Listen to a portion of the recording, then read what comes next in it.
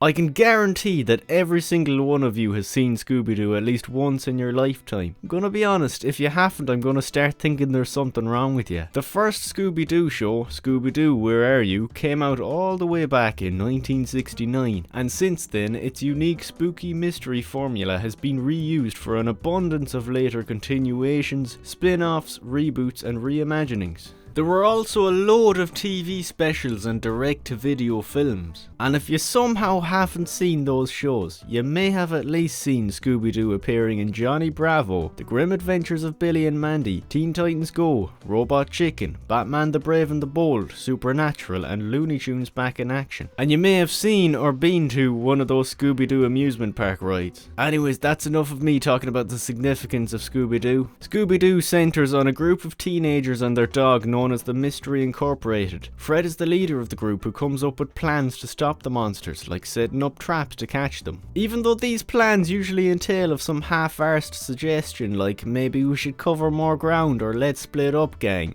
How did he know I was gonna say that? They surprisingly work out well. Daphne is one of the two girls of the group. Initially, she was portrayed as the fashion-obsessed damsel in distress, even earning herself the nickname Danger-Prone Daphne. But in later iterations, she's gone on to become a martial arts trained badass who defends herself against the monsters rather than worrying about her clothes being stained by them. Velma is the skeptic mastermind of the group who deciphers clues using her high-tech gadgets and her nerdy brain. Scooby and Shaggy are best friends. I can sum them up in just 4 words. Scared, hungry, selfish, Scooby snacks. Oh shit, that's 2. You get the gist. But the main thing to take away is that those two guys are afraid of their own shadows. Every single episode follows the same pattern and has done for over 50 years. First, the gang arrive at a location to solve a crime in their hippie van called the Mystery Machine. This van, in contrast to how it may look, is actually very fancy. Bedrooms!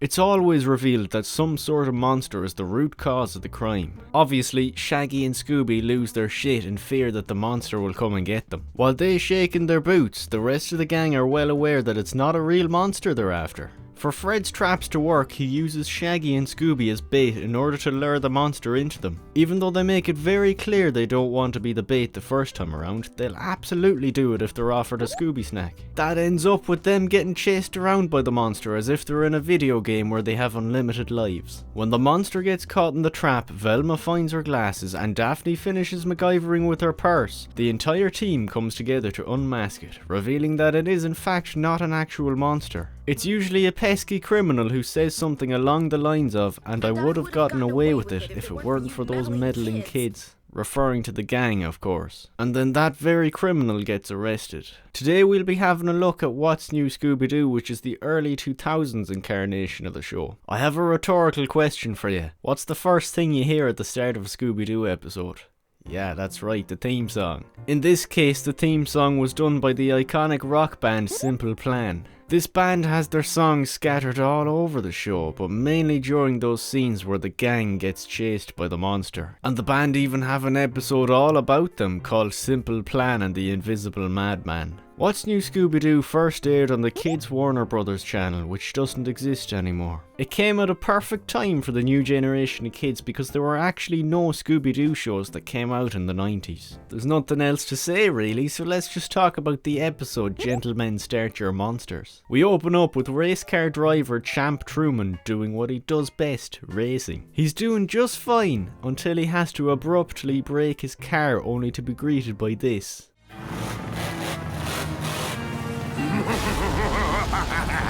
A skeleton bloke driving a terrifying monster truck. He unsuccessfully drives away and eventually has to step out of the car and run away on foot. Obviously because he doesn't want to be inside the car when it gets scrapped by the monster truck. We cut over to a very rare sighting. Velma is actually driving. I can't even remember the last time she drove, and actually the only reason she is driving right now is because Fred is too busy. I have to practice for this weekend's race. He thinks that tapping away on a Game Boy Color will somehow translate into real life. They're on the way to prepare for Fred's biggest race yet, which starts tomorrow. When they arrive, they get ready to do some maintenance on the race car, until they're interrupted by Mike Fury, who thinks very highly of himself. I'm crew chief for the Ricky Burdick. and his driver apparently. When they fix up the car, Fred takes it for a test drive until he's interrupted by this. Hello, Fred.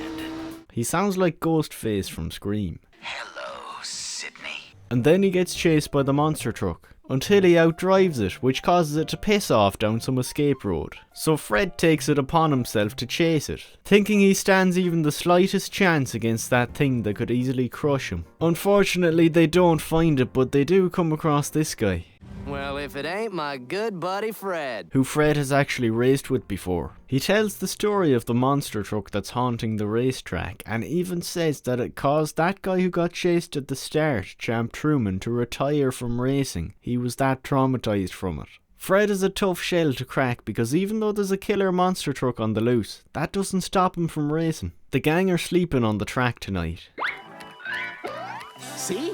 Bedrooms for 5 and everything goes back into place at the push of a button. In an extremely fancy transformed mystery machine. Fred had to press every single button on that remote until he found the right one. A bit like my granny trying to work the TV. Anyways, before Fred goes to bed, he approaches 2 kids, Jimmy and Cindy, and their dad is one of the race car drivers apparently. Jimmy reckons he'll be one of the best race car drivers around in the entire world, thanks to everything his dad taught him. Is that your dad over there, Jimmy? Yeah. His dad is a weird bloke if that's him, I'll say that much. The gang is awoken by this in the middle of the night. If they want to get out of there alive, Fred is going to have to learn how to work that bloody remote. But thankfully he has it all sorted out. Before Fred can say his iconic line, Split up and look for clues. Gotcha. We'll see after the monster attacks us. Come on, Scoob. Shaggy says it for him, the absolute legend. How did he know I was gonna say that? That's a great question. I have no idea. Shaggy and Scooby stumble across some free food, and while they're distracted stacking up a lazy man's load of pizza into their arms, that skeleton who was on top of the monster truck shows up to rig Fred's car with a remote control device. Now Shaggy and Scooby need something to carry all that pizza home. That's when the monster truck shows up, and that gives them another reason to take Fred's car, so off they go speeding away on the racetrack to get away from that thing. Somehow they escape by the skin of their teeth thanks to those pizzas, and make it back to the gang. The next morning, Jimmy and Cindy pretend to drive Fred's car, but after Fred tells them to be careful with his precious piece of machinery, Cindy slips up. We know all about cars. But she's quick to save herself by saying, Well, because of our dad. Fred's race is underway, and Burr Batson, the guy from earlier who Fred has raced with before, is in the lead. Until this happens anyways.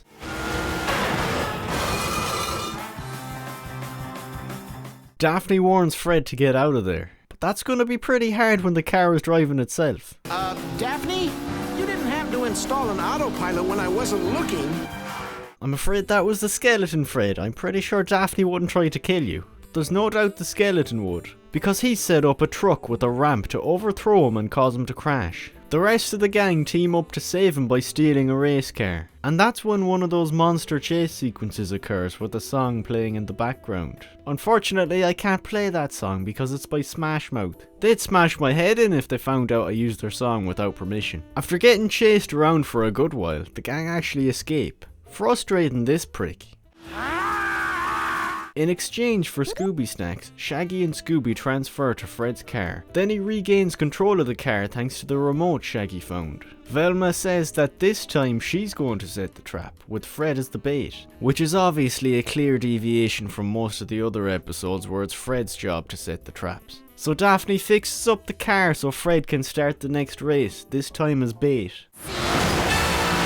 Perfect. It's all part of my plan. This better be a good fucking plan because it wouldn't be very appealing to the eyes to see Fred flat as a pancake on those racetracks. Velma has repurposed Fred's mystery machine remote. But if I cross the blue wire with the red one, it becomes a remote blocker. And what would you have it actually works? And after all that, the skeleton isn't even a skeleton. It's a robot being remote controlled. And the driver of Jimmy and Cindy's dad's car isn't even Jimmy and Cindy's dad. It's also being remote controlled by a certain someone in the vicinity. Not just someone, 2 people, Jimmy and Cindy themselves. It's me.